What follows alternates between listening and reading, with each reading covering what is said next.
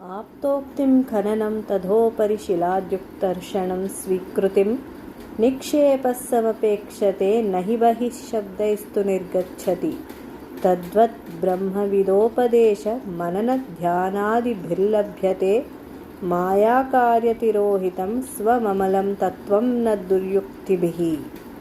భూమిలో ఒక నిధి ఎక్కడో పాతిపెట్టబడి ఉందని తెలిసినప్పుడు ఆ చోటును రూఢిగా చెప్పగల ఆప్తుని సహాయంతో అక్కడ త్రవ్వి మట్టిని రాళ్లను తొలగించి దానిని సొంతం చేసుకోవాలి. త్రవ్వాలి అనుకుంటూ కూర్చుంటే అది లభించదు కదా.